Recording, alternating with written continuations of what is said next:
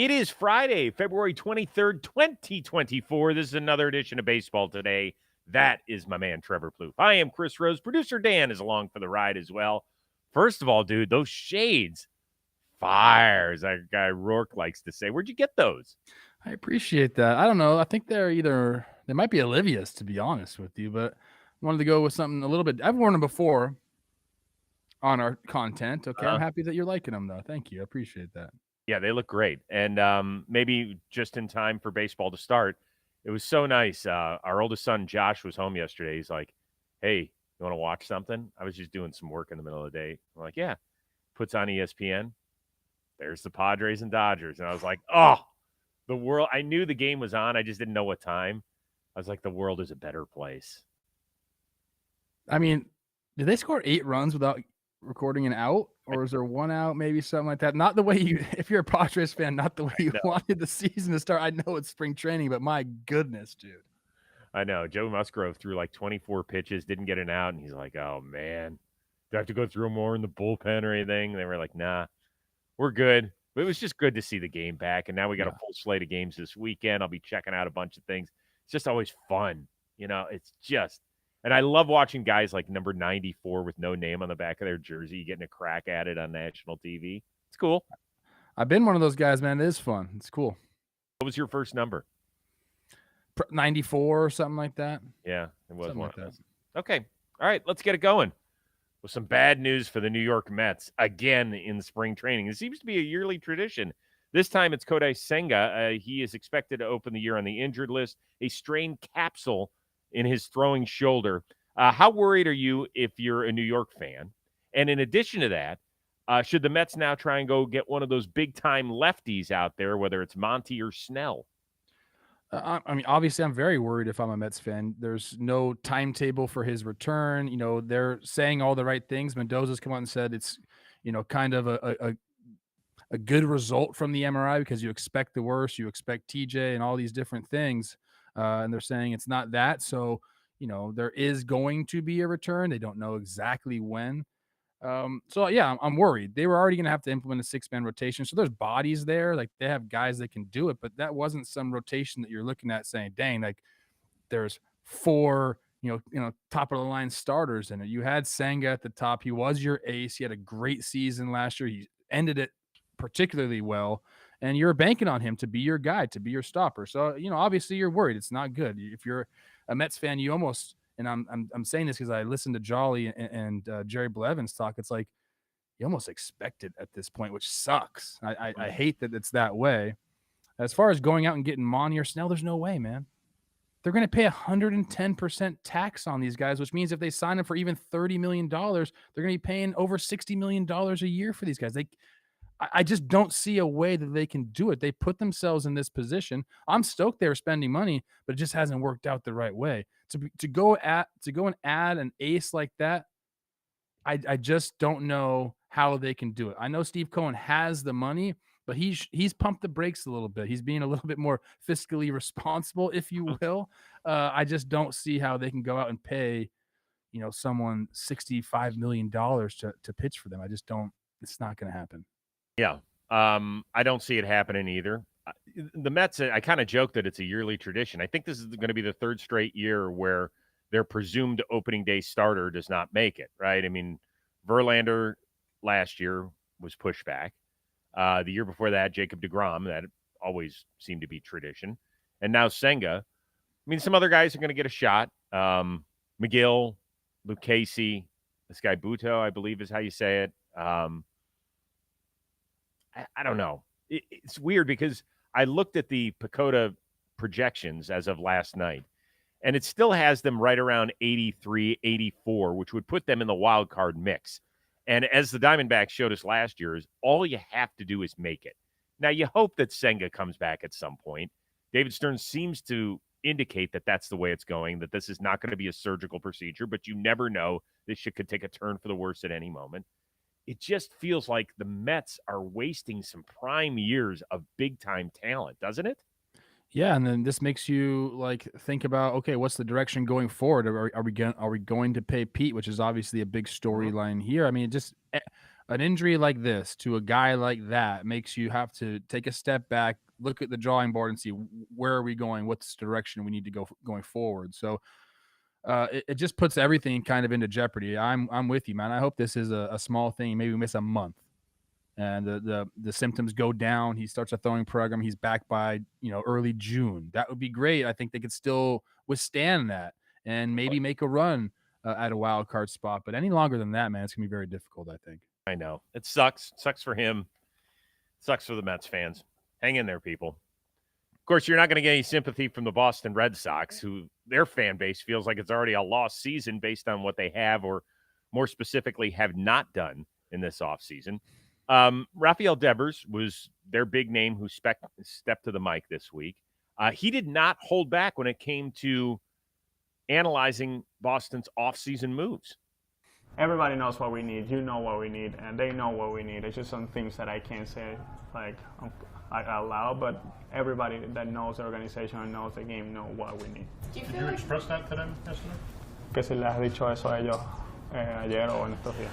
Tom Tan hoy entramos a una conversación y le toqué el tema, pero no le toqué el tema, sí.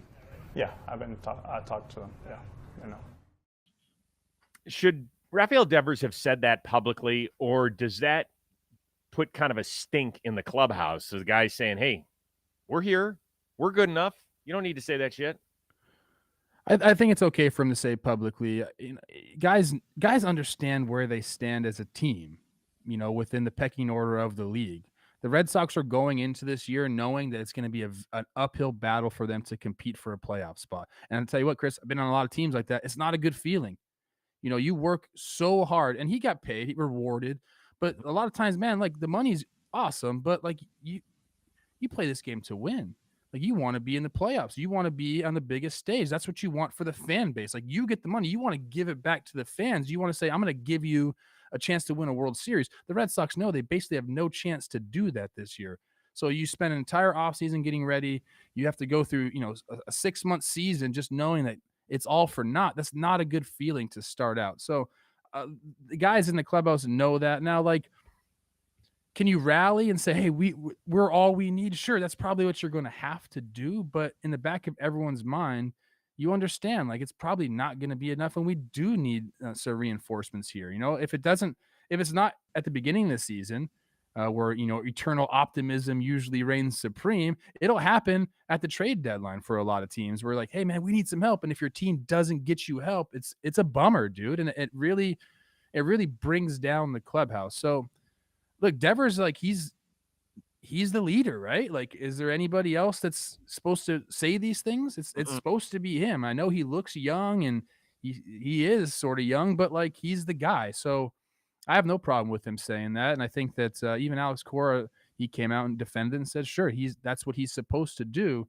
Are you gonna hurt a few guys' feelings in the process? Maybe, but I think, like I said, collectively as a clubhouse, you understand where you're at in the state of baseball and in the pecking order. So I really don't have a problem with him saying it, because guess what, Chris? It's just true.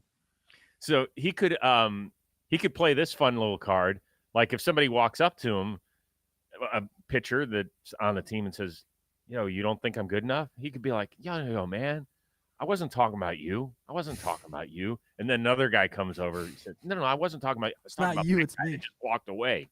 Just talking about that guy over there. So he could play that card. But Rafael Devers continues to be number one in Red Sox fans' eyes, because he just lit up the front office. He lit them up. And he's in the perfect position to do so, because he's a $300 million ball player that has shown he's a $3 million ball player. Now, he wasn't great last year. He was fine.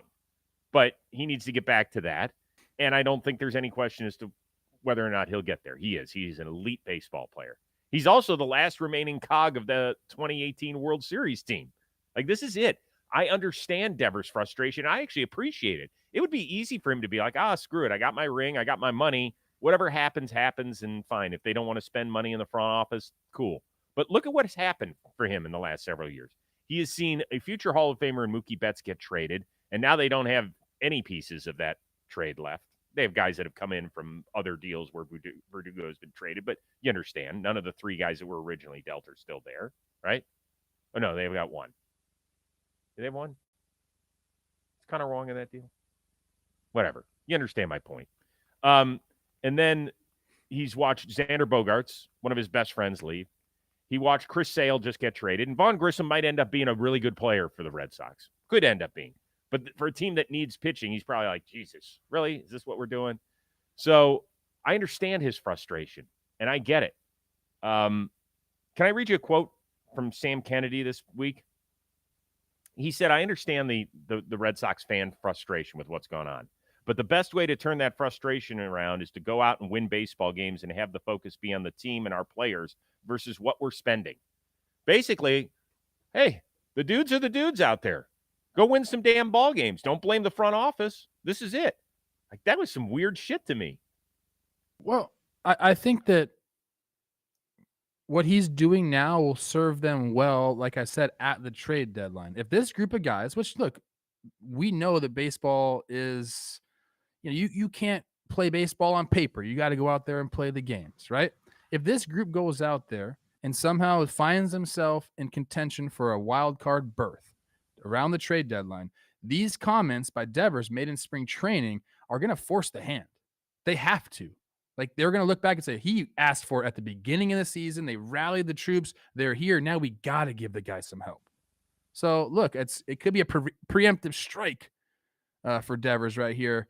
In any case, I just don't have a problem with it because, like I said, you know where you're at as a team going into the season.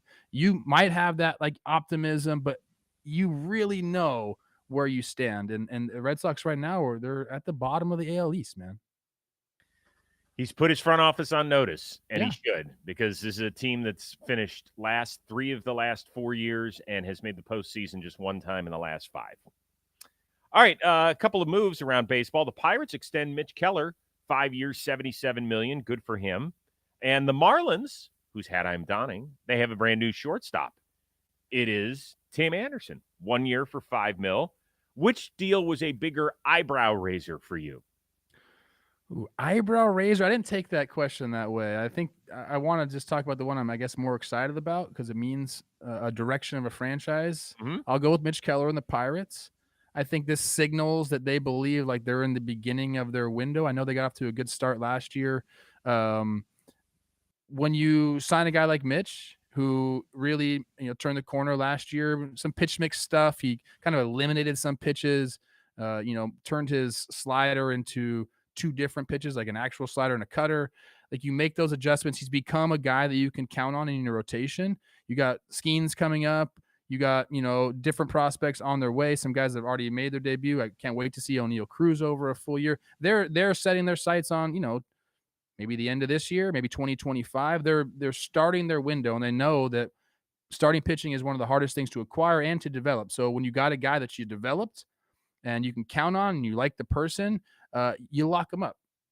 And that signifies to the rest of the league and to the team and the whole organization that, hey, guys, it's go time now. Because you don't make a move like this unless you plan on contending and being in the mix in the NL Central. So I think that's why I'm excited about it. I like when the Pirates are good. I don't know if it's just like I like the uniforms or like how the city rallies around them, or I imagine all those Kutch years, them having to battle through those bad wild card games. Like, I want to see them good. And I think this marks like the start of what they perceive as a window. So I'm happy, man. I want all teams to like feel like they can do it. And for a long time, the Pirates just weren't that way. They're back now. Signing Mitch Keller, to me, puts a flag in the ground saying our window is about to start. So I like it. Yeah, it was great when the Pirates had that rebirth. When was it? 2013-ish, right around there, where Kutch was winning the MVP. Yeah, but then they had a 1-game wild cards. Yeah, I know, but at least to see them back in contention and see that stadium full when Johnny Cueto was there and dropped the ball on the mound. Yes, that was awesome to see because it had been 2 decades since we had seen it. So I agree with you. They've got to feel good about getting Keller signed, who's a guy who, if you had said that at the end of the 2022 season, he was going to get 5 years and $77 million, you would have been like, how, through playing the lottery or something? Because there's no way he's going to get it on a baseball diamond. So good for him. Good for him. They've now extended him, Ke'Bryan Hayes, Brian Reynolds. that's all good news. O'Neal Cruz could be the next one. You know, Skeens is going to get a contract before he even steps on the field. You know it. That's just the way teams are operating now. Yeah, he should. And I think that so there's some exciting stuff. But there's a reason I'm wearing the Marlins hat. And because I think that Tim Anderson is a fascinating story. Okay. He was one of the worst statistical baseball players the game had last year. He was a -2 WAR guy. He was a sub-600 OPS guy. He couldn't field a baseball. I know there were some off-field issues for him, right? Some personal things that he was open about, and who knows what effect it had. It had to have had something. But he was a damn good baseball player from 2019 through 2022.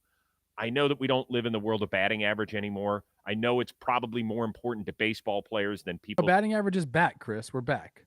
Maybe I'm still waiting on whether or not I feel that way or the general baseball public feels that way. But for 4 straight years, he hit over 300. He won a batting crown. He had an OPS consistently over 800. He was a very good, solid baseball player. And I didn't think there was any way he was going to be leaving Chicago, the South Side, before the age of 30. But here we are. He had to take a 1-year deal, and he's going to be the guy because it was either him or Birdie at shortstop, and Birdie's better in a utility role down there. And he's joining, we forget, he is joining a playoff team. Never before have the Marlins made the playoffs in consecutive years. Maybe he has a chance to rebound and show the world that he can still play at a really good level and help this team stay in wild card contention. I hope that happens.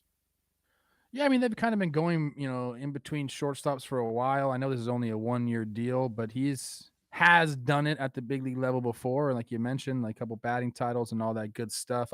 I'm excited to see it.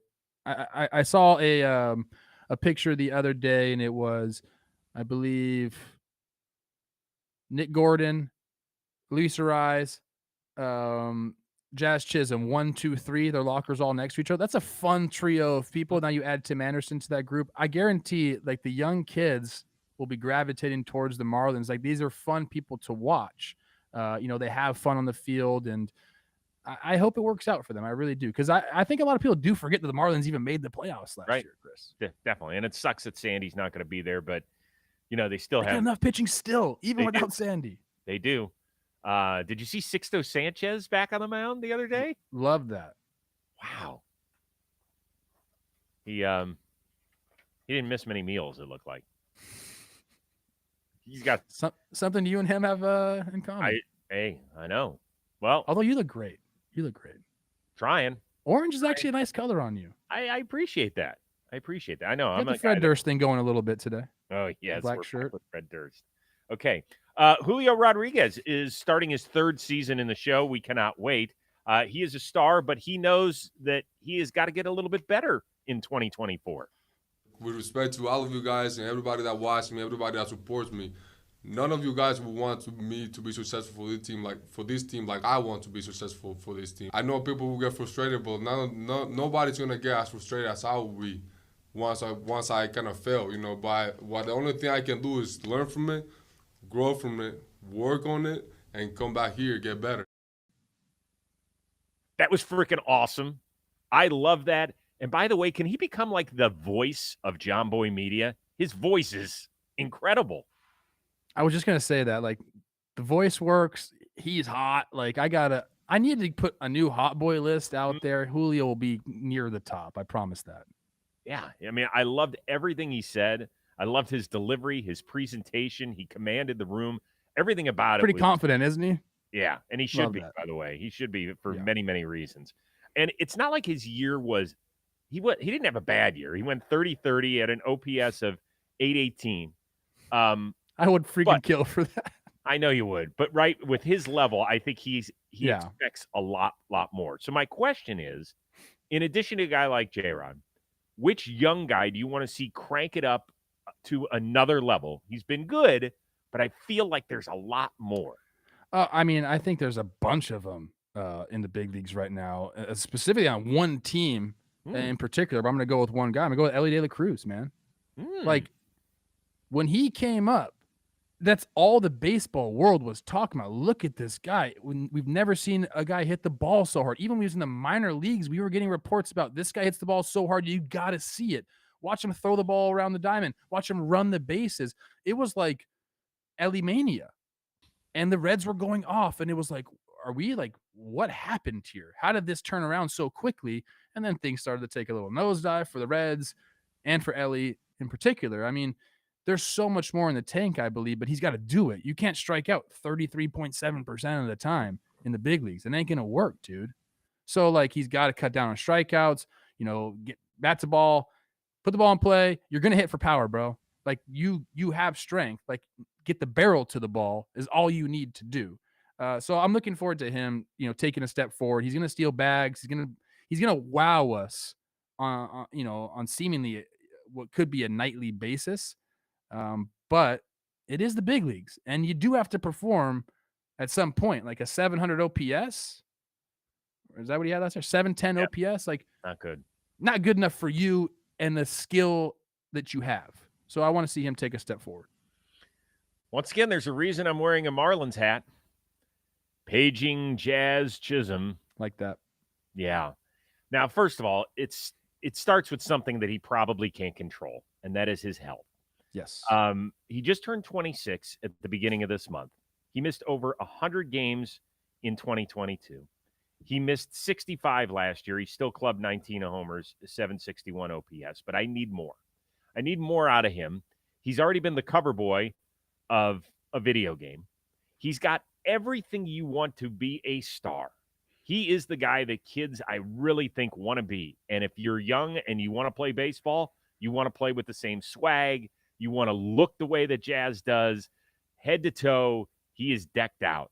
I just need more out of him. I want more consistent at-bats. You talked about swing and miss from Ellie. That's also been a big hole, literally, in Jazz's game. He's pretty close to getting to the money-making years now. He is right there. So if you just want to be a decent player, that's fine.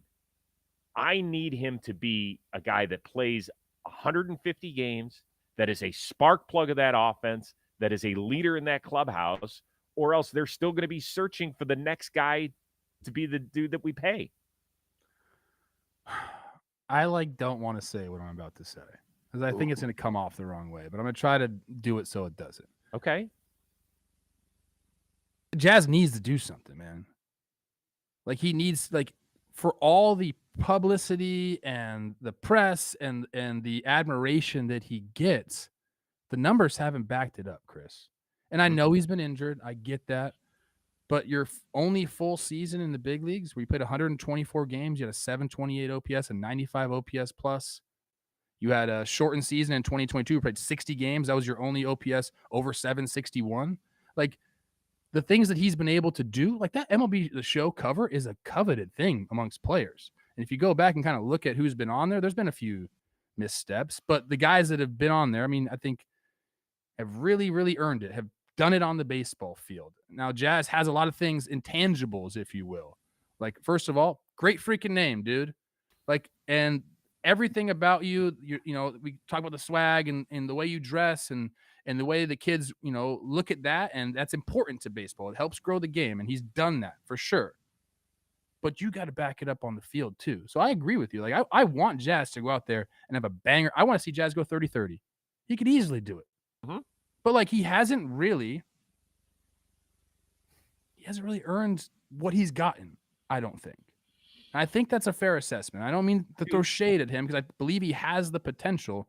I just want to see it on the baseball field. I want to see at the end of the year a 30-30 for Jazz. And I think he could easily do that. Yeah, I equate it a little bit to Baker Mayfield in the NFL world. Remember when Baker first came in the league and he got all the commercials? And everybody was like, I mean, you might be good, but you haven't earned this shit. Like, that's reserved for guys who have done something in the league. And I would agree with you. I think that if you were to ask Jazz whether or not he has lived up to some of the things that he's gotten, he would probably say that he hasn't. And injuries are a huge reason why.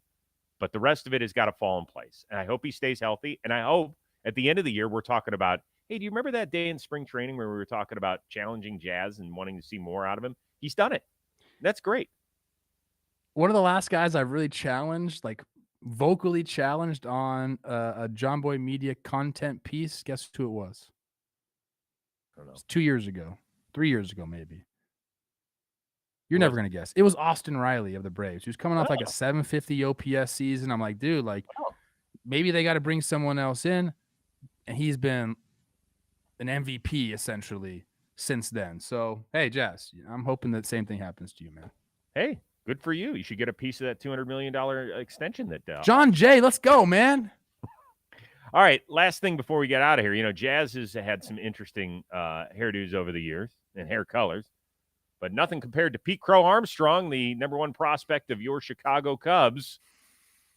Thumbs up or a little too much? I don't care. I think it's fine. I mean, I know PCA decently. If he was doing this and not working hard, I wouldn't like it.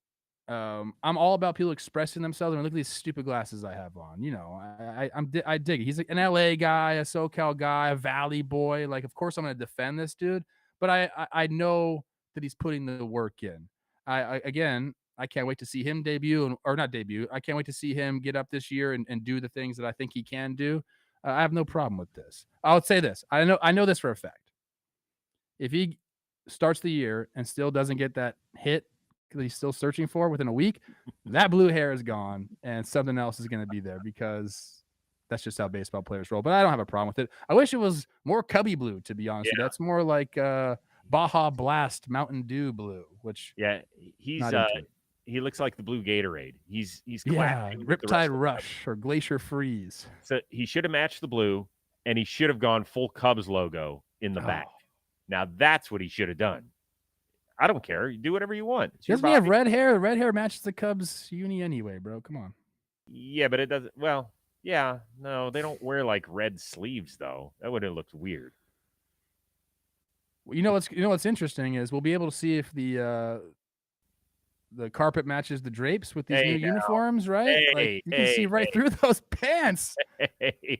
With some of the still shots yesterday, I don't know what Padre that was bending over. I mean, oh my God! Did you see Casey Schmidt? Literally his ball sack was right in the middle of the picture, man. These things, when we, I don't know how we got here, but whatever. When we first started talking about these uniforms, I'm like, there's no way they're that bad. Like, it's just change. Guys are reluctant to change. And then more and more has come out. It was first about the jerseys, and now there's now the pants. And Nike and Fanatics are like, hey, like, you know, we're really worrying about the performance aspect. We want it to feel like they're wearing nothing. I mean, might as well wear nothing. Right. With what you got going on there. Are you serious? Well, I talked to Merrill Kelly. He's the guest next week on the Rose Rotation about him. He said, well, I'm reserving judgment until we actually get until I use them in game competition. He said, because I'm a huge sweater. I was like, oh, so you're going to have major swamp ass. Bad. He said, yeah, it could be rough. I'll talk to I think they're supposed to help keep you cool so you don't sweat as much, but a single droplet of water on those pants and it's might as well just be nude. Yeah, it's going to be a major problem. It's going to be a major problem. Someone asked what's going to happen if it starts raining.